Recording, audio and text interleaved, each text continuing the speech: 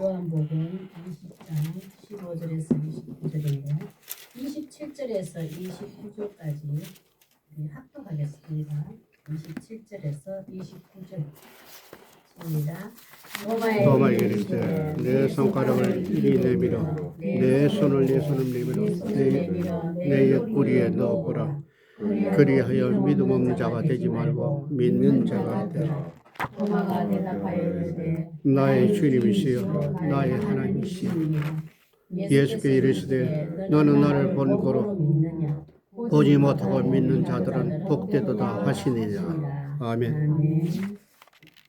예, 오늘 말씀의 제목은 부활 후 예수님의 말씀 안에는 부활하신 후에 예수님께서 제자들에게 나타나셔서 하신 말씀이 많아요. 많지만 오늘은 요한복음 20장 15절에서 29절 중에서 세 분류의 사람에게 나타나서 하신 말씀 이것만 나누도록 하겠습니다.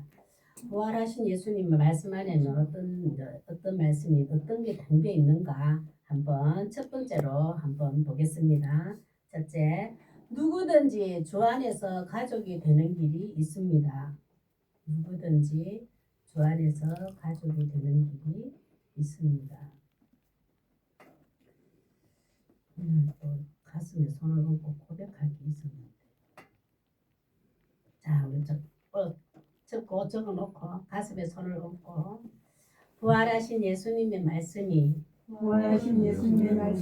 내 귀에 들리는 것은 예수님의 복을 받았습니다. 예수님의 복을 받았습니다. 감사합니다. 이제 오늘 제가 지금 적어놨는데 폰에 들어가 있어가지고 제가 못했는데 하여튼 요 말씀이에요. 오늘 부활하신 후 이 세 사람에게 세 분류에게 말했는 것이 내 귀에 들린다면 너는 복되도다. 이 마음을 감동을 주셔서 적어놨는데 제가 지금 이제 생각나네요. 하여튼 말씀이 들려줬으면 좋겠습니다. 누구든지 주 안에서 가족이 되는 길이 있습니다. 예수님이 이제 부활하시고 금요일날 오후 3시에 숨을 거두시고 이제 오늘은 부활하신 기념으로 부활주일 예배를 드립니다. 그래서 교회마다 조금씩은 달라요. 지난주에 드린 데도 있고 다음주 드린 데도 있고 했는데 하여튼 예수님 부활하신 후에 세 분이었는데 오늘 첫 번째 여기는 누구든지 주 안에서 가족이 되는 길인데 여기 보면은 한 마리아가 나옵니다. 이 마리아는 이방인이에요. 하나님의 자녀는 이스라엘 사람 유대인들에게만 하나님 말씀을 통해서 선택하셔서 하나님의 나라는 이렇다. 하나님의 나라는 그 왕은 하나님이고 그의 백성은 왕이 백성을 이렇게 인도하고 다스리고 지키고 보호한다는 것을 모델로 하나님 나라의 모형을 그려놓은 곳이 이스라엘이에요. 근데 이스라엘 사람 밖에 있는 이방인들은 하나님의 나라의 통치권에 들지 않았어요. 그럼 예수님이 오시고 십자가에 죽으시고 부활하셔야지만이 이방 땅에도 예수 그리스도 이름으로 하나님의 나라에 들어온 하나님의 나라의 시민권을 소유할 수 있는 복을 누려. 그걸 구원이라고 그래요. 그리고 이 이방인 여자가 참 귀신 들린 여자였거든. 7 귀신이 들려가지고 갈 길을 모르고 나그네 같은 삶이에요. 나는 왜 살아야 되는가? 나는 나머지 인생 어떻게 살아야 되는가? 삶의 목적도 없고 이런 자였거든요. 막달리아 마리아가. 이 여자가 예수님을 만나요. 예수님 처음 예수님의 부활하심의 첫 정언자 제자가 이 마리아가 돼요. 이방인 여자거든요. 보면은 이 여자는 그 출애굽 사건의 기적과 이적들을 전혀 보지도 않고 듣지도 못한 자예요. 왜? 그 출애굽의 사건은 하나님의 구원의 역사는 온전히 이스라엘 사람들에게만 그 조상으로부터 이야기가 전해져서 소유한 자들이에요. 그런데 이방 땅에는 전혀 내 인생하고 상관없는 그들의 한 나라의 어떤 신의 역사일 뿐이었어요. 그런데 그 이방인 여자가 예수 그리스도를 만나요. 예수님이 찾아가요. 그렇죠. 내 민족, 내 혈통, 유대인들이 아니고 이방 땅에 있는 한 여자에 처음 나타나가지고 너도 예수님이 맏아들이 그랬잖아. 예수님이 내가 하나님이 예수님을 맏아들을 보내주셨거든. 그 맏아들은 그 가정의 대표예요. 우리 친정에도 보면 큰 오빠가 대표거든. 아버지보다 큰 오빠의 그 명령과 지시와 모든 말이 저는 어려가지고 모르겠는데 우리 언니들은 그 영향을 많이 받았어요. 아버지는 말씀이 조용조용 하시다 보니까 그래가 되겠나 이런 끝이거든요. 근데 우리 오빠는 안 그랬거든. 목소리도 좀 크고 단호하기라는 편인데 예수님도 그 맏아들의 그 가정의 대표예요. 하나님 나라의 맏아들 예수님 밑으로 우리가 설명을 쉽게 하기 위해서 제가 하는 거예요. 예수님 맏아들이고 우리는 그 밑에 다 딸린 형제 자매가 되었어요. 근데 이방인들도 형제 자매 됐어. 이스라엘 자기들끼리만 형제 자매였거든요. 이제 이방인들도 가족이 되는 거예요. 우리도 이방인이었잖아요. 예수 그리스도의 부활로 인하여서 내 인생에 찾아오셨어. 이 마리아처럼 너도 희수가 너도 내 이름으로 이제는 하나님의 자녀가 되는 내 가족이 되었어.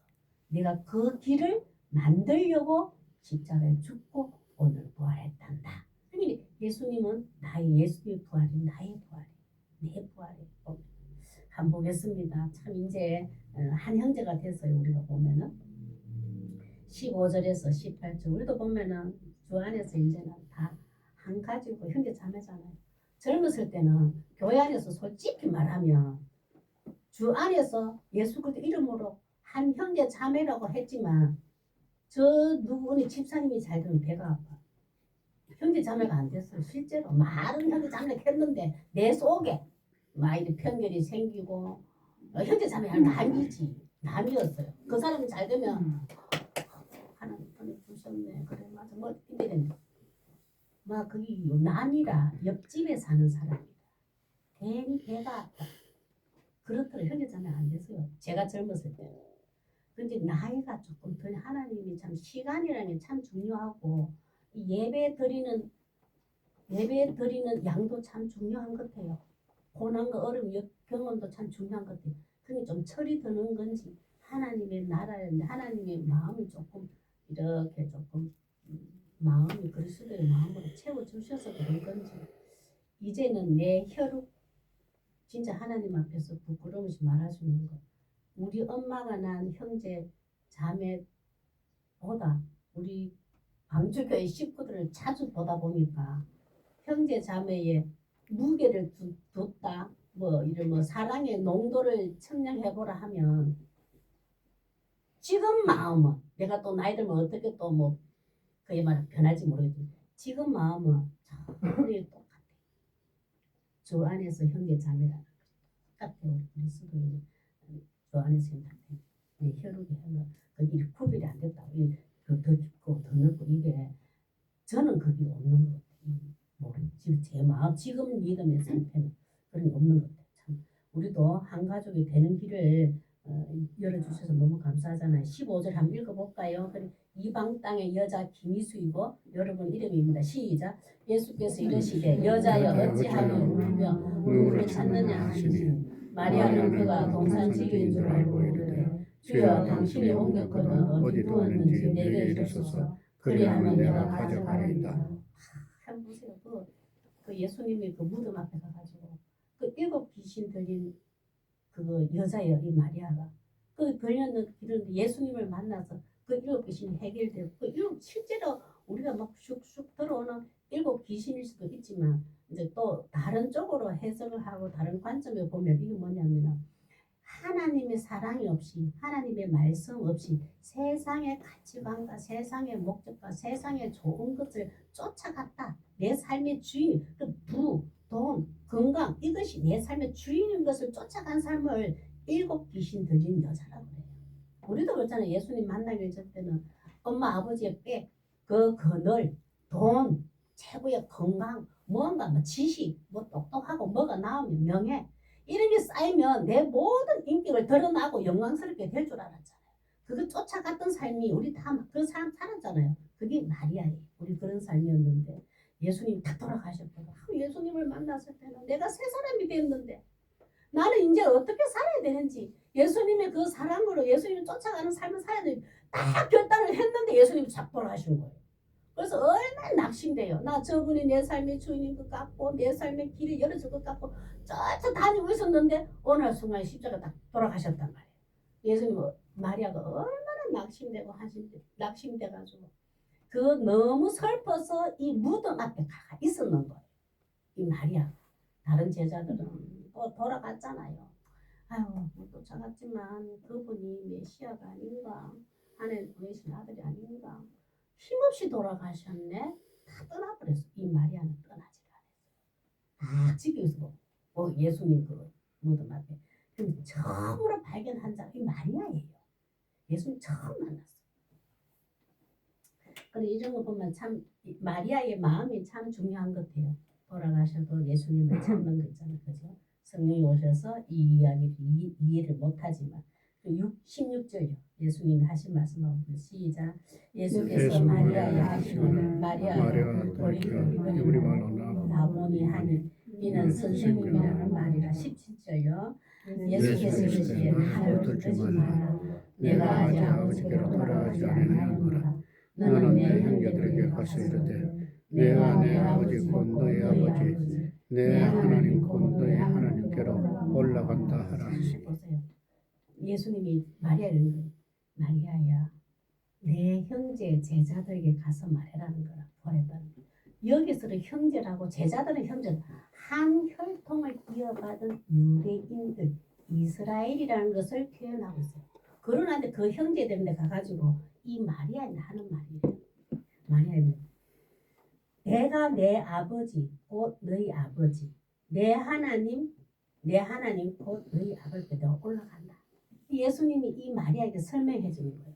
마리아야 네가 봤을 때는 유대인들이 이스라엘 저들과 유대인이라고 하는 자들만 나의 형제고 한 혈통이고 한 가족으로 보이느냐. 마리아야 아니다. 나의 하나님이 너의 하나님이 될 것이다. 내가 올라간다고 표현해요. 올라간다는 표현은 저 유대인들이 내 형제라서 내가 올라가는 길을 구원의 길을 따라 하나님을 만나는 길이 열렸지만 마리아 너는 이방인이지만은 내가 십자가에 죽고 부활함으로 너도 유대인들과 똑같이 형제가 되어서 이제는 하나님을 만나볼 수 있는 구원의 길을 너도 걷게 되었단다. 이게 지금 만지지 말아요. 예수님 그 만지니까 만지지 마라. 예수님 이제 만지지 붙들지 마라 했나. 마리아 성급하게 내 육신 네가 눈에 보일 때 나를 쫓아다니고 그랬잖아요. 막 머리 향유를 붓고 자기 이거 머리카락으로 예수님의 발을 닦고 이랬던 분이거든요. 마리아야 이제 만지지 마라. 내 육신을 붙들지 마라. 이 뭐냐면은 내가 지금은 너를 만지지는 않지만 이제는 금방 내가 올라가는 게 아니란다. 예수님이 하나님 나라 올라간다는 것은 하나님의 자녀 되는 구원의 길이 열렸다. 이제는 이스라엘뿐만 아니고 이방 땅의 사람들도 이 구원의 길을 걷는 자 되었다. 한 가족이 되는 길을 내가 지금 만들 거다. 그런데 만지지 마라 이런 말. 그 성급하게 그러지 마라. 내가 40일 동안은 너와 우리 형제 제자들에게 나타나서 마지막으로 신신당부할 게 있고 성령을 소개할 거다. 붙들지 마라. 내가 40일 동안 아직까지는 교제할 시간이 있다. 그래서 마리아 손을 안 댑니다. 예수님 그렇군요. 금방 올라가시는 게 아니군요. 40일 동안 예수님 계시는 곳마다 나타나시는 곳마다 저도 따라가겠습니다. 그리고 예수님께서 마지막으로 당부하신 말씀을 들으려고 애쓰는 마리아가 됐어요. 18절 한번 보세요. 18절 마리아가 막 난리가 났습니다. 첫 번째 정언자고 첫 번째 예수님의 제자가 되었어요. 우리도 이 막달라 마리아처럼 내 귀에 누구야? 내가 하나님 나라에 올라가는 길 너도 그 길 따라오면 내 이름으로 하나님의 자녀 하나님의 나라에 하나님의 한 가족이 되었다. 이스라엘 사람도 부러워하지 말고 유대 땅에 특별히 선택받았다고 부러워하지 마라. 내 이름으로는 이제는 하나님의 가족, 하나님의 자녀가 되는 본을 드립니다. 마리아가 한 것을 이걸 설명을 여기는 한 절 두 절이지만 이 엄청난 설명이 마리아는 다 알아들었습니다. 예수님 이제 설명을 하셨겠죠. 18절 그거 듣고 나니까 제자들에게 한번 보세요. 이제 갑니다. 시작. 막달라 마리아가 가서 제자들에게 내가 주를 보았다 하고 또 주께서 자기에게 이렇게 말씀하셨다 이러니라. 그동안에 요 두 절이지만 예수님은 막달라 마리아에게 설명을 다 했어요. 아 그냥 선생님이군요. 그 지도자, 그 나라의 그냥 어떤 괜찮으신 분, 한 지도자로서 괜찮은 선한 분으로 봤던 선생님이었어요. 예수님이 계속 이제 이 마리아에게 설명을 했지요. 올라가 나를 붙들지 마라. 40일 동안 아직 함께 있을 거다. 내가 권하며 성령을 줄 거다. 이제 모든 설명을 하고 그걸 딱 보니까 이제 바뀌었어요. 주를 보았다. 나는 그저 한 지식인으로 괜찮은 분으로 생명을 살 기적과 이적을 행하신 한 선생님으로 보았으나 아니 내 삶의 주인을 만났습니다. 나는 이제는 그분을 통하여서 한 가족으로 나를 형제 자매로 불러주는 한 가족으로 예수님께서 부활하셔서 내 가족이 되게 해주셨습니다.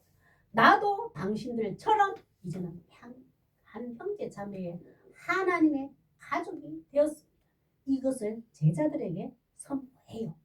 여기서 주를 보았다잖아요. 당신들의 주만 아닙니다. 이제는 우리의 주도 나의 주도 되었습니다. 그걸 보여요.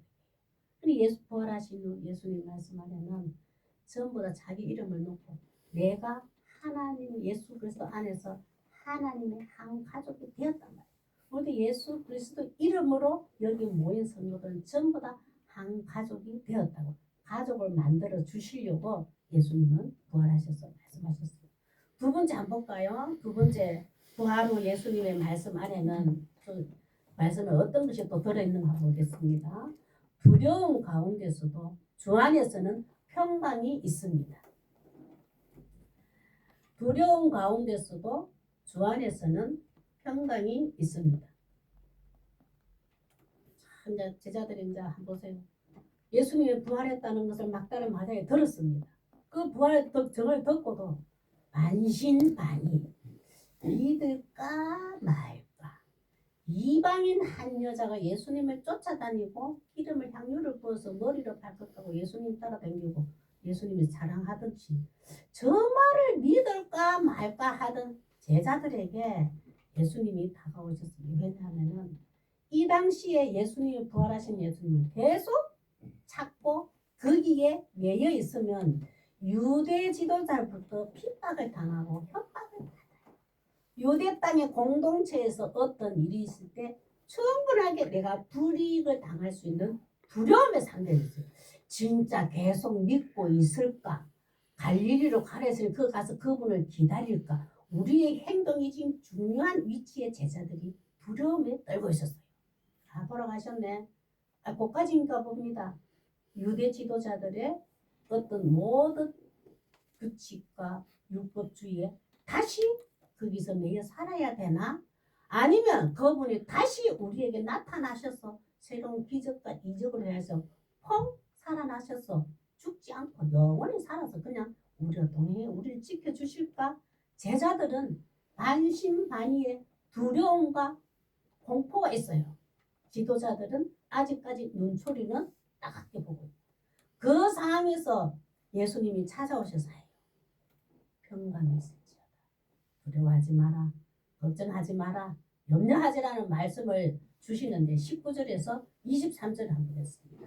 참 보면은 19절요. 시작. 이날 곧 안식일 첫날 저녁 때 제자들이 유대인들을 두려워하여 모인 곳을 문을 닫았더니 예수께서 오사 가운데 서시되 너희에게 평강이 있을지어다. 제자들이 전부 다 뿔뿔이 안 흩어지고 있잖아요. 다 모여서 저분이 계속 살아서 우리를 생명을 지켜주고 보호해줘야 되는데 방패가 되어서 십자가에 돌아가시고 없으니까 이들이 두려움에 쌓여서 다 그냥 같이 공동체 있어 문을 다 닫고 있었다는 거는 밖에 나갈 엄두가 안 났더라.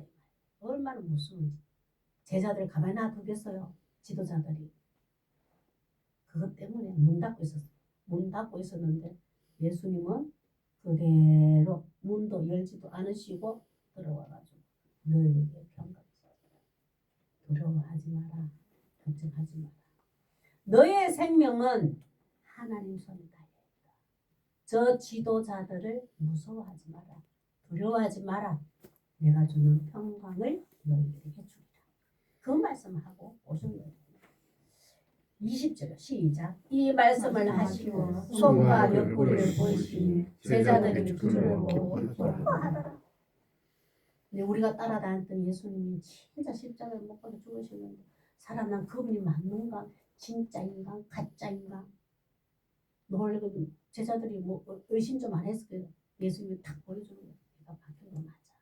내가 바뀐 거 맞아. 아래 죽은 거 맞아. 내가 탁 보여주시는 거.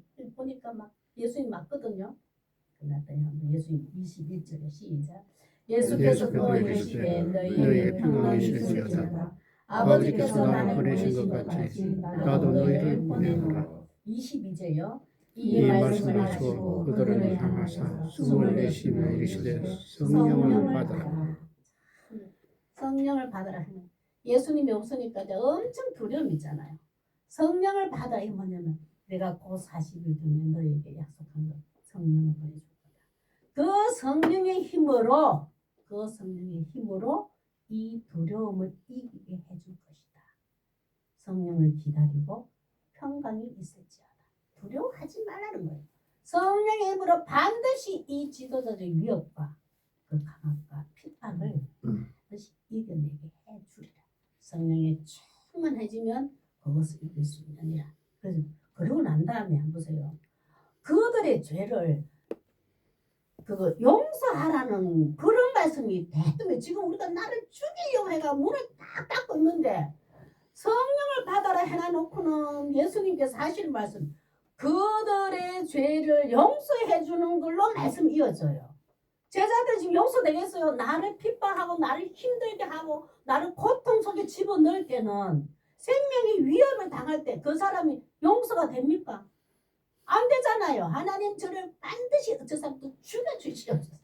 내가 칼로는 못 죽이되 하나님의 방법대로 죽여주시옵소서. 어떻게 뭐 데려가 주죠. 어떻게 뭐 혼쭐 내주세요. 이래 하잖아요.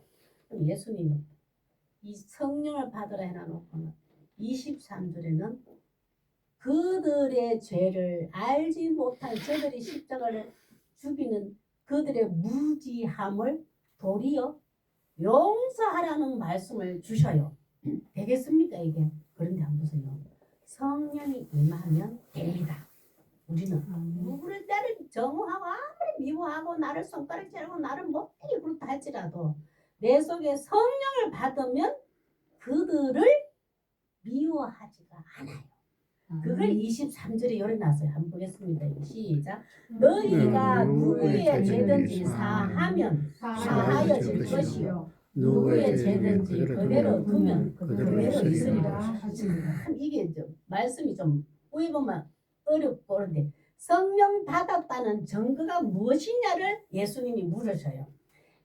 만약에 네가 성령을 받았다면 저 유대 지도자들과 네를 위협하고 너는 여기 유대 지도자를 하지만 우리의 삶 속에서는 나를 힘들게 하고 핍박하고 위협했던 자들이 있을 거 아니에요. 그런 자들이 네가 성령을 받았다면은 그들을 사하여 줄 거다. 용서해 주게 될 거다. 그러나 이거 뭐냐? 누구의 죄든지 그대로 두면 그대로 있으리라. 이게 뭐냐면 그를 나를 정오하고 핍박하고 나를 너무 힘들게 해서 나를 너무 못되게 했어. 근데 시간이 가도 그를 미워하고 정하고 똑같이 복수하고 원수가 되어 있다면 너는 지금 성령 받은 게 아니야 이 말이에요. 너도 내 이름으로 내 죄를 용서받은 자가 아니야 이 말이에요. 예수님의 이름으로 예수님의 보혈로 내가 죄 용서를 받았다 하면은 그것을 믿어지면은 성령을 받은 거예요. 성령을 받았으면은 너를 그렇게 십자가에 못 박듯이 나를 힘들게 했던 자도 바로 용서해 줄 것이고, 그러나 네가 말로는 예수님이 내 죄를 사하여 주셔서 감사합니다 했는데 속에서 그 사람을 용서하지 않는다면 너 성령 받은 게 아니야 이 말이에요. 요거 23절. 그 내 마음만 알아요. 이거는 하나님이 아시고 내 마음만 알아요. 내가 성령을 받았는지. 아까 성령 받아라 성령 받아라 했잖아요. 성령 받으면 자연적으로 나를 힘들게 했던 자들도 그 환경도 사랑까지는 푹 안 가더라도 저 사람의 영적 상태를 알게 되고 그 사람의 힘든 상태도 알게 되고 이해가 되고 청원해져요. 짠하다 그 표현이요. 참 짠하다. 저렇게 나를 미워하고 나를 힘들게 하면 그 마음 속에는 기쁨과 즐거움이 없는 삶이 참 짠하다, 안쓰럽다, 불쌍하다고 느껴져요. 그거는 내 마음속에 성령님이 임재하고 계시기 때문에 그 사람이 그렇게 봐져요. 그것도 사랑입니다. 저 사람이 나를 미워하지 않고 나를 정오하지 않고 마음 편안하게 조금 행복하게 살았으면 좋겠는데 나를 미워하는 것 때문에 얼마나 고통스러울까 이렇게까지 읽어줘요. 하나님, 그래서 우리가 하나님 기도할 때 하나님 저 마음속에 누구를 미워하고 누구를 괴롭히는 그 죄악이 얼마나 본인이 힘들고 고통스럽습니까? 하나님 저 아들을 불쌍히 여겨주시옵소서. 저자를 긍휼히 여겨주시옵소서 기도를 하잖아요. 내가 성령 받은 거 안 받은 거 그만큼 차이가 나요. 예수님도 그러시잖아요. 저들이 내를 왜 십자가에 못 박여 죽이는지를 알지 못하는 그들의 죄를 하나님은 알지 못한다고 예수님이 저들의 죄를 용서하소서. 우리도 그 믿음까지 성령이 충만해지면 성화되어 간다고 해요. 성수 위에 성화인데 성화되어가는 믿음이 되면은 미워하는 사람이 없습니다. 과거에 나를 어떻게 했든 간에 그렇게 할 수밖에 없는 그 상황도 있었겠지. 무엇 때문에 엄청 힘들었기 때문에 내인데 그 말을 했겠지. 내인데 그렇게 했겠지. 이렇게 이해가 되고 처분해져요. 그래서 우리 하나님 내가 긍휼을 입은 자입니다. 예수님의 사랑을 입은 자입니다. 저자에게도 누구를 미워하고 누구를 힘들게 하는 그 속에서 좀 이래 그 속에서 하나님 구원하여 주시옵소서. 그 영혼도 긍휼히 여겨 주시옵소서. 기도까지 나가요. 내가 믿음 성령이 충만해지면 참 우리는 서로 용서해주고 또 용서도 해주고 나도 용서받는 그런 성도가 그게 진정한 평강이거든요. 내 마음속에 첫째는 하나님 예수님이 늘 평강 주시다 했는데 나에게 평강을 주시옵소서는 평강을 성령 충만으로 평강을 주시옵소서 딱 이렇게 기도하면 그 평강하면 자연스럽게 내 이웃도 용서가 되고 사해져요. 미워하지 않습니다. 그 영혼이 오히려 불쌍하고 그도 예수님의 사랑을 알았으면 좋겠다. 그 예수님의 긍휼함을 입었으면 좋겠다. 이거지. 한번 해서 세 번째 볼까요? 부활로 예수님의 말씀하면 제자들이 결국은 한번 보세요. 그 지도자들을 미워하고 정오하고 같이 원수가 되어 싸우지는 않아요. 그들을 피하면서 지혜롭게 피하면서 예수 그리스도 복음을 전하는 제자들이 되지. 하나님 저들을 벌을 주시옵소서 안 하잖아요. 제자들이 아무리 핍박을 당해도 이 성령 충만함으로 이기고 도리어 복음을 더 크게 전파하는 자가 되지. 보면 우리도 그 성령 충만이 있어야 돼. 세 번째 부활로 예수님 말씀 안에는 부활하신 예수님을 보지 못하고 믿는 자에게 복이 있습니다.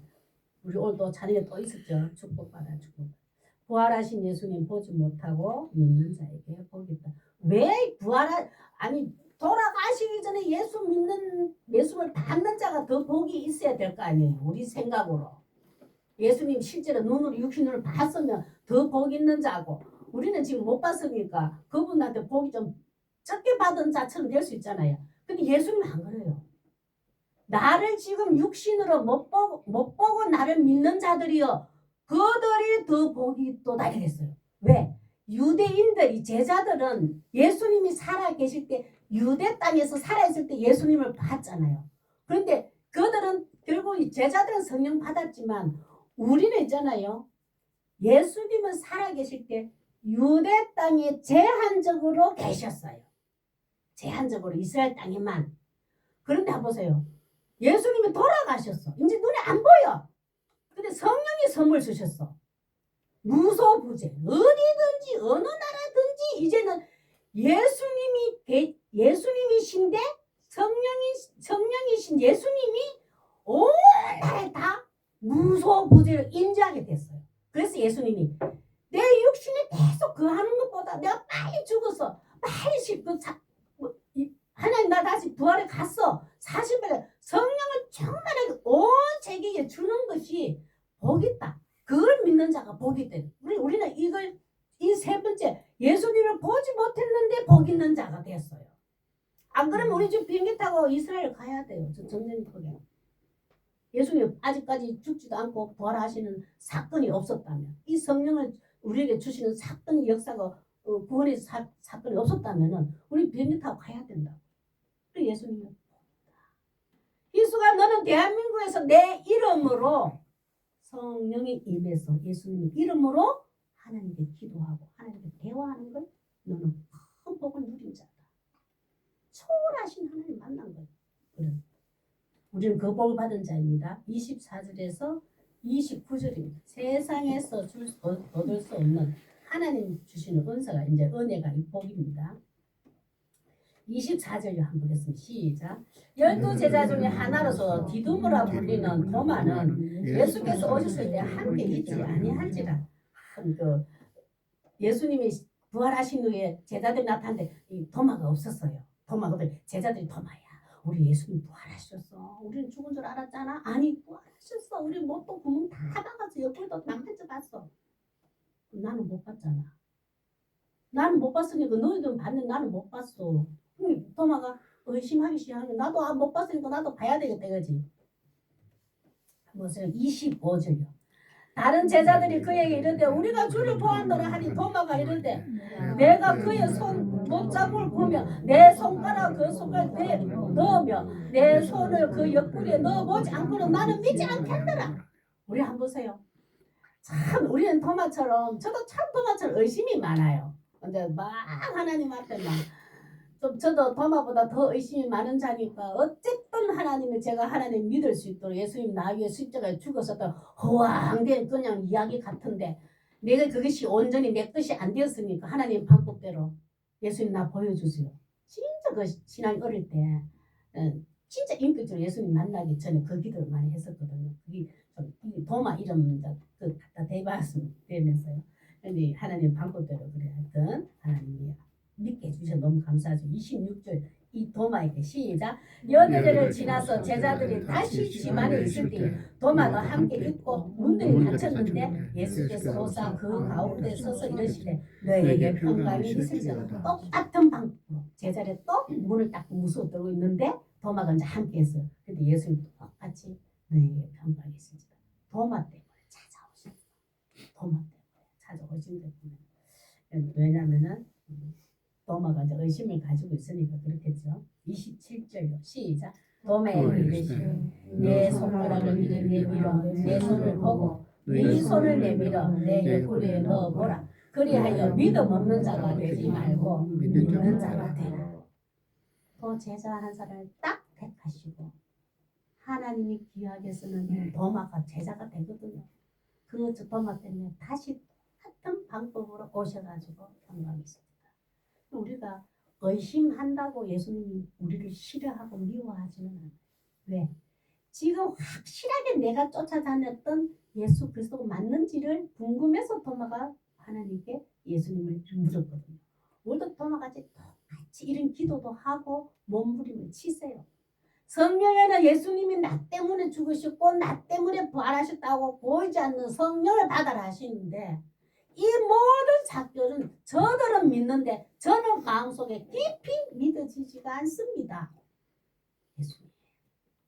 내 마음에도 예수님이 도마처럼 가장 좋은 방법대로 제가 이렇게 해 주셨을 때 제가 믿어지게끔 제가 이해되고 제가 믿을 수 있는 방법으로 하나님의 방법으로 예수님 방법으로 저에게 찾아오셨어요. 제가 믿어지고 확신을 갖게 해주시옵소서. 나는 의심하면서 반신반의하는 자가 되기 싫습니다. 나를 온전한 믿음을 주시옵소서. 도마처럼 몸부림치세요. 도마가 6일 동안 몸부림친 거 뭘까요? 내 친구 제자들은 봤는데 확실히 믿었는데 나만 안 믿어지니까 몸부림친 게 6일 동안. 우리도 이 6일 동안 똑같은 방법으로 저에게도 다가와 보여주시옵소서. 하세요. 예수님 그거 좋아하십니다. 점잖은 척, 얌전한 척, 안 믿어지는데 믿어지는 척, 그것보다는 낫잖아요. 다른 사람이 이해 안 되는 방법이라도 괜찮아요. 내 솔직하게 말하면 이렇습니다. 도마가 승리했습니다. 승리했다고요. 도마가 바로 이 대답이 나옵니다. 시작. 도마가 대답하여되 나의 주님이시여 나의 하나님이시여. 보고 사실을 확인했어요. 우리도 삶에서 어떤 경험이 있을 수도 있고 체험이 있을 수도 있고 말씀이 형상화되어서 내 마음속에 쑥 들어올 때도 있고 성령의 음성을 들릴 때도 있고 꿈으로도 나타날 때도 있고 기도 중에 환상으로 보일 수도 있고 음성을 들을 수도 있고 음성이도 아닌데 마음의 심령에 하나님의 속삭임이 들릴 수도 있어요. 다양한 방법으로 나에게 오십니다. 우리가 찾지 않았어요. 두드리지 않아서 예수님이 그 음성을 안 들려주는 거예요. 두드리지 않았어, 찾지 않아서 예수님이 확신이 안 믿어지는 거예요.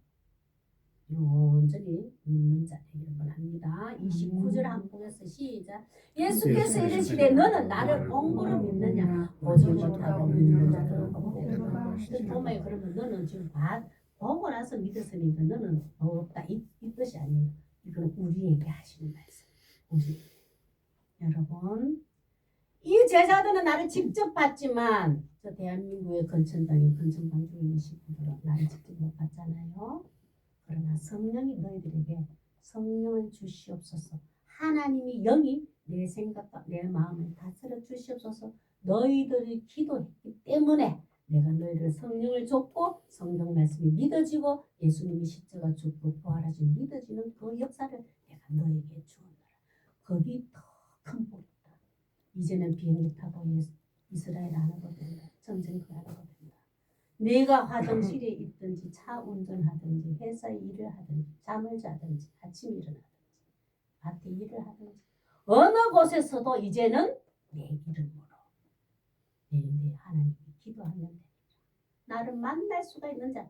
그러니까 너희들은 육신이 나를 못 만나고 성령이 너를 마음속에 임재되어 있는 그 복이 큰 복이다. 예수님 우리의 그 말씀을 주시는 거예요. 우리는 지금 그 복을 받고 있는 겁니다.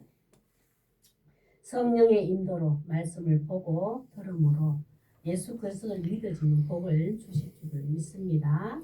우리 이 시간 제가 기도 드리겠습니다. 하나님 예수님의 죽음과 부활의 큰 사랑으로 우리를 옛사람에서 새로운 피조물로 태어나게 해주셔서 감사합니다. 그리스도의 부활의 능력으로 나의 자아와 고정관념과 옛습관, 전통이 무너지게 하시고 그리스도인 다운 삶으로 빛과 소금으로 생명을 살리는 거룩한 자녀가 되게 하여 주시옵소서. 하나님 오늘 이 시간 우리 예진이와 경도 선생님 같이 함께 예배드렸습니다. 아버지 이 가정의 생명을 선물로 주셔서 감사합니다. 하나님 귀한 것인데 예진이와 경도 선생에게 맡겼습니다. 내 것을 어떻게 잘 키우나 내 것을 어떻게 잘 가르치나 내 것을 보면서 하나님을 보라고 주신 겁니다. 하나님이 정말 하나님 이 아이가 건강하게 잘 자라서 첫째는 하나님의 기쁨이 되고 부모와 가정의 즐거움이 되고 세상에 꼭 필요한 유익한 존재가 되어서 하나님께 영광 돌리는 귀한 자녀가 되게 하여 주시옵소서. 하나님 주위에서도 아버지 이 가정을 위해서 그 하나님의 사랑과 축복을 많이 받게 되어 기도할 거고 아버지 또 부모가 됐다면 하나님의 나라가 우리 가정에서도 어떻게 이루어 가실게 하실까? 어떻게 하나님의 뜻이 이루어 갈까? 이것을 기대하는 우리 부모가 병덕 선생 예진이가 되게 하여 주시옵소서. 하나님 오늘도 부활의 은혜에 감사하여서 드린 모든 예물도 하나님이 기뻐 받아주시고 드린 손길 위에 넘치고 넘치는 복을 채워 주시옵소서. 예수님 이름으로 기도드립니다.